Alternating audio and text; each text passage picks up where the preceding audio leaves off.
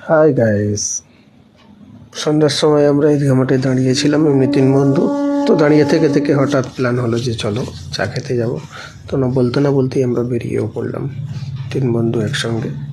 তো গাড়ি আমাদের ছুটছে, তো আমি বাবু পিছনে আছি, আরিয়ান ভাই আগে আছে, আগে থেকে আবার আরিয়ান ভাই পিছনে হয়ে যাবে। আমি বাবু ভাইয়ের গাড়িতেই আছি। তো ওখান থেকে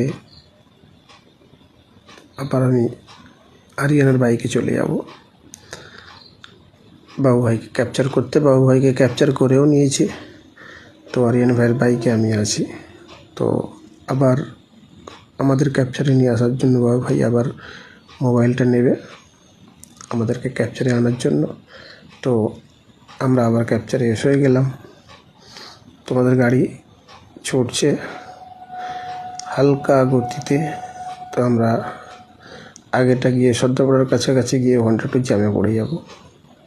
তো জ্যামে পড়ে গেলাম, আমরা দাঁড়িয়েও পড়েছিলাম। ততক্ষণ লরিটা অটোটা পাস হচ্ছে, পাস হয়ে ক্লিয়ার হয়েও গেল। আমরা এবারে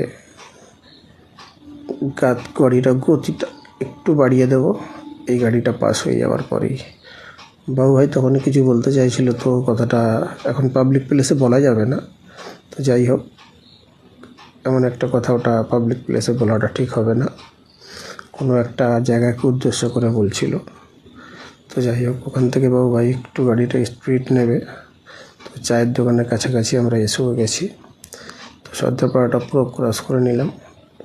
ক্রস করে নার্সিংহোমের সামনে বাবু ভাই আগে স্পিডে চলে গেছে। চায়ের দোকানের কাছাকাছি আমরা চলেও গেলাম, চায়ের দোকানের পুরো সামনে।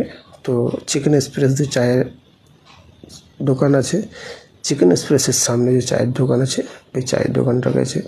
तो हमारे इधर चाय तो बनता ही है, शाम का जो जाम है हम लोगों का।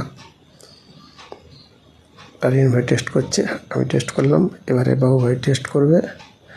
বাবু ভাই টেস্ট করে চাওয়ালার একটু তারিফ করে দিলাম, দারুণ চা হয়েছে চাচা।